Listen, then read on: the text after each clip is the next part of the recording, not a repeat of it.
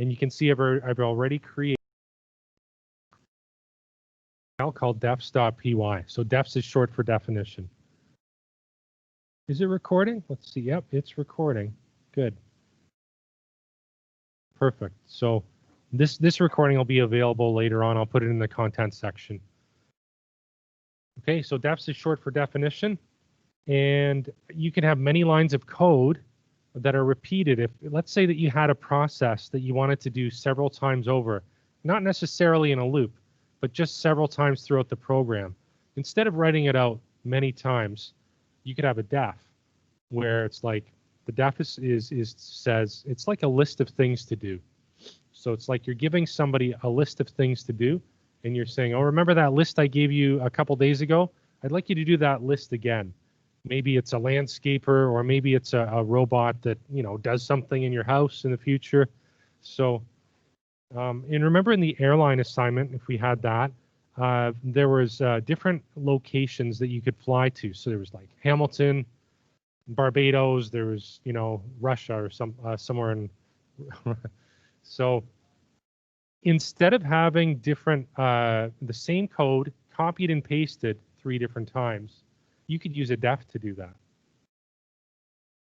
So let's take a look at our first example of a def, and I'm going to call it, you're just going to start out with the keyword def and then menu. Whatever you want to call it. So I'm choosing to call it menu. You can call it whatever you want, just like a variable. You're going to put 2 empty brackets here because this def is just going to do a sequence of events. And all it's going to do is just print the main menu. So maybe we menu several times throughout the program. So just a bunch of print statements, nothing too fancy.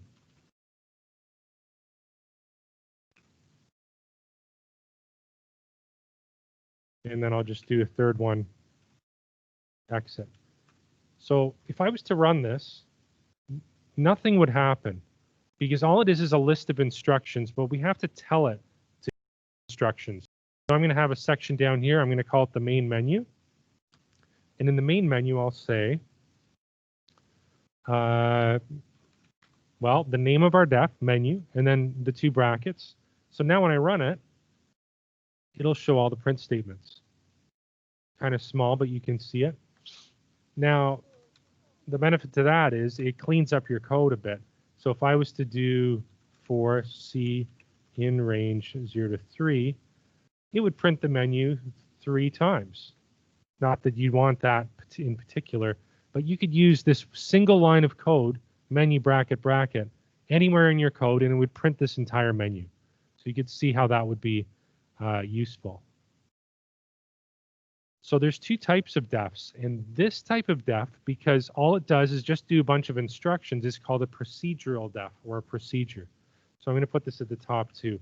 A def that does not return anything to the main program is called a procedure. Now we're going to look at a def that does return something, and you'll see what I mean by return something. So that was defs.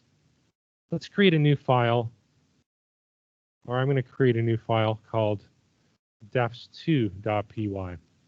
So a def that returns something is called a function. So you have to know the terminology function and procedure. So this one is, so I'll put what it's going to do. So this def takes your birth year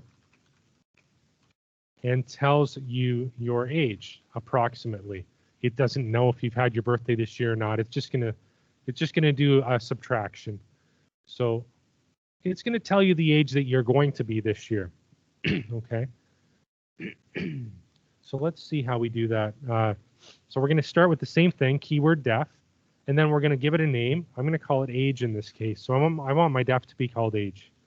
Now, so first of all, at the end of this line, you have a colon, just like you would in a for loop or a while loop or any other block of code or an if statement. But you're going to have something in the brackets. If it's going to, in this case, because we want to get from the user what year they were born. So if you want to get something from the user and use it inside of the def, you can put it inside of here. So I'm going to put in just the variable name year. I'm just making it up, but that's specific. It's describing what we're getting. We're getting the year of when the person was born. Now what we're going to do is do the calculation. So I'll say your age equals 2020, take away whatever they type in for year. So you're going to take the current year, subtract the year they were born, and that'll tell them how old they're going to be this year. So here the last line, this one that I'm typing up now, puts everything together. So it's the return statement. And the return statement can be used in a def to send something back to the main program. So what do we want to return? We want to return your age. So we did that calculation. Now we want to send it back to the main program. I want you to think of a def that's a function, like this one, as a castle with a gate. And I was using this analogy with the grade 12s when I was talking about making their own classes, which is something a bit different. But we're learning how to use a function here. And so it's the same sort of thing. So I'll go over that analogy again. In your main program, your user is going to, somewhere from out in the wild, going to tell you how old, what year they were born in, because you're going to ask them that. You're going to ask them what year they were born in, but they're not allowed to put that variable that they use, that they store it in, into the def inside of the castle wall. So think of the user as someone on horseback riding up to the castle walls. They got a piece of paper with some important information on it. They want to give to the people inside of the castle. Maybe there's a contamination or something. They're not allowed to go inside of the castle walls for whatever reason. So they just shout it, and the person inside of the castle walls can understand. They hear, and they're like, okay, I'll write that down on this clean piece of paper, and I'll give it to the king and queen. So that's what you want to think of as this here, this value year. Year is safe. Year is inside of the castle walls. But let's see how we do that in the main menu, the main program. This will make more sense once I do the main program. So we're going to say your name, or let's just, your name equals input. What is your name? Okay, so your name is the variable that's out in the wild. There's the peasants out in the wild. They might have some diseases or something, and the king and queen don't want them in the castle, whatever, even a piece of paper from them. So now what we're going to do is we're going to state the variable age, and we're going to put your age in there. So your age is going to be transferred. What does it say here? Undefined variable, your age. Oh, your name, sorry, your name. It's a bit confusing. So your name is taken from the user. It's being sent into this def, and it's being transferred to this value here. It's being copied over into whatever in the brackets. See, whatever in the brackets, it's being copied to whatever's in the brackets. It's a separate variable, and it's being used inside of there. Now, if I ran it, nothing's going to happen. It's going to ask me for my name. I'm going to put in my name, and okay, it's a type error. This is because strings and ints. We're just going to fix that up really quick. You guys have seen this before, right? Where a string and an integer don't work well together. So I'm just going to put that around there. But still, if I do this, we're not going to. What am I doing wrong? It's easier to do this. Okay, we're gonna do it a different way. We're gonna do this. This is how you guys are used to seeing it, right? Int input, and that's the correct way to do it. Okay, does it run? Let's see. Okay, give me a minute here. I'm doing something wrong.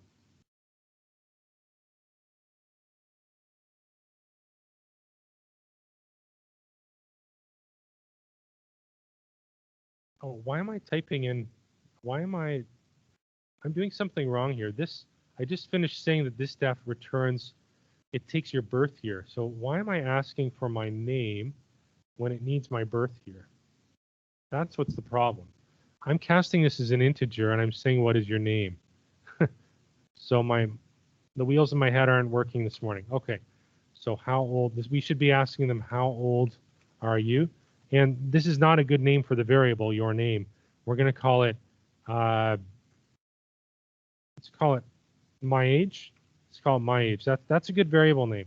So my age, because the person who is using this program, that's their age, right? That's their age. So when you use this program, that's your age, my age.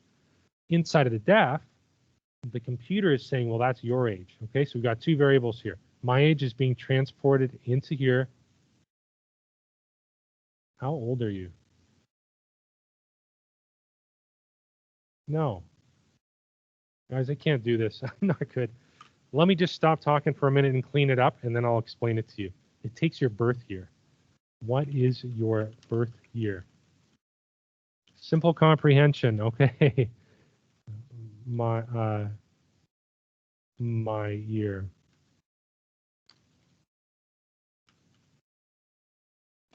Okay, so this def takes your birth year. Let's see, did we do that?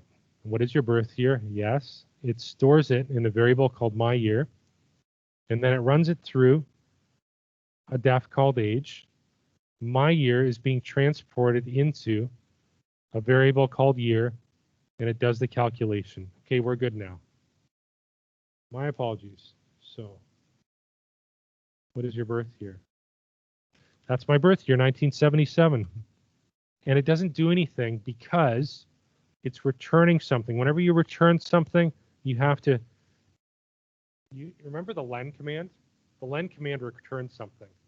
But we had to either print it or store it in a variable. So I'm just going to put print around this so that it actually prints it, and it'll show you your age. So, oh, you're going to see my age. 1977, 43. Okay, so that's one way of doing it. The other way that you can do it is you can also, instead of using a print statement, you can store it in a variable. The age equals. And then you can use it anywhere else you want. You can say print in 5 years you will be the age plus 5. So if you were born in 2013, in 5 years you'll be 12. So I think I did an okay job explaining the whole idea behind this variable and how it has to be transported into here. But what I messed up, I think we're okay because it was just a variable type.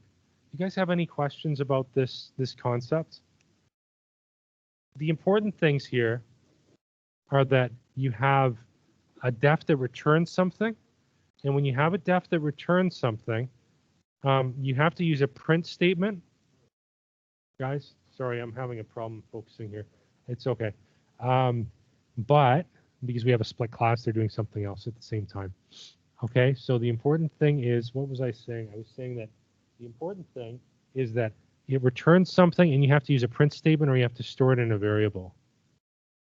Okay, and the other important thing is when a def takes a value in, whenever it takes a value in, the variable that is outside of the def in the main program is transferred into the def through the brackets like this on line 10. And then the program says, oh, okay, let's look at the instructions for age, for the def age. Here's the instructions. And we're going to take whatever's in the bracket, and that value of whatever's in the brackets is going to go into this here where it says year. Okay, those are the important things to know. And that's for a def that's a function. I'll do a third example of a def that's a function here with two variables. So this program will be called def3. So this def takes two values and swaps them, swaps the values.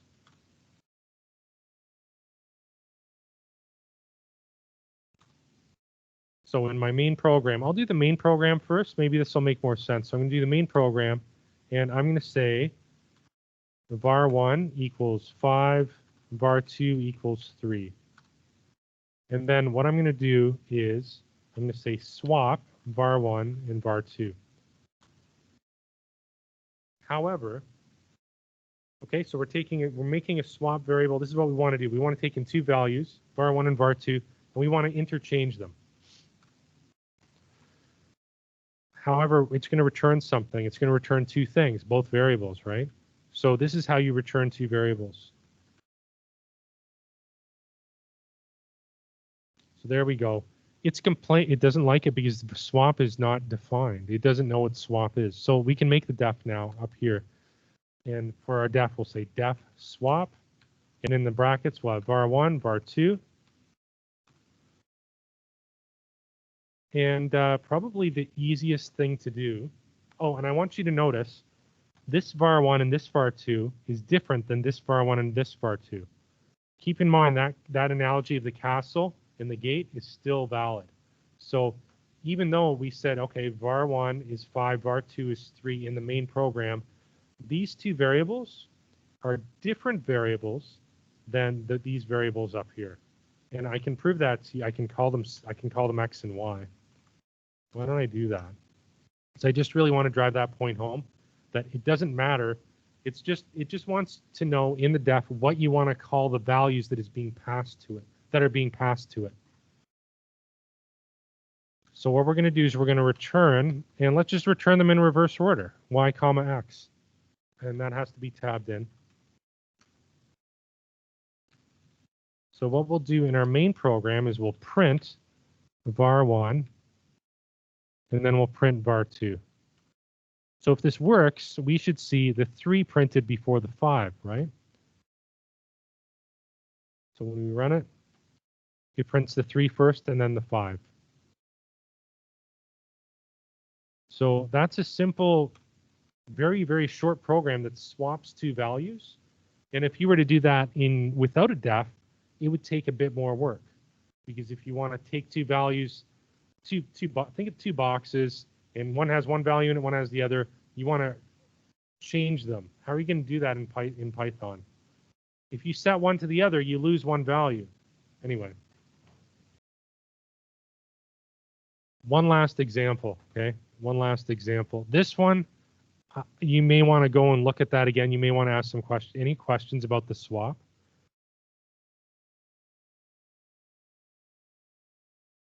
Yeah, thanks, Cyprian. He saw the problem. You mean birth date? Yes, I did, and I wasn't sharp enough to see that. But let's see. So new file. This one's going to be called def4. So def4, we're going to call it this program. So this def finds the length of a string and reports back. Kind of useless because we already have a method, something available to us called length. But let's say that we were given this task. How would we do it?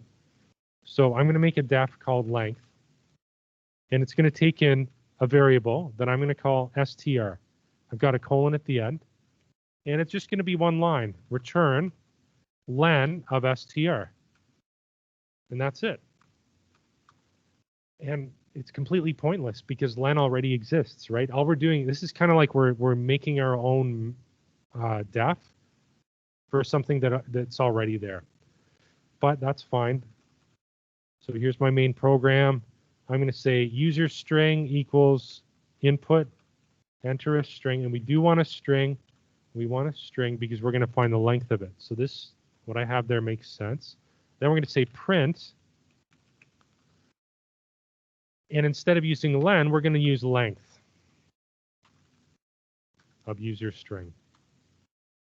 So what's happening in this program?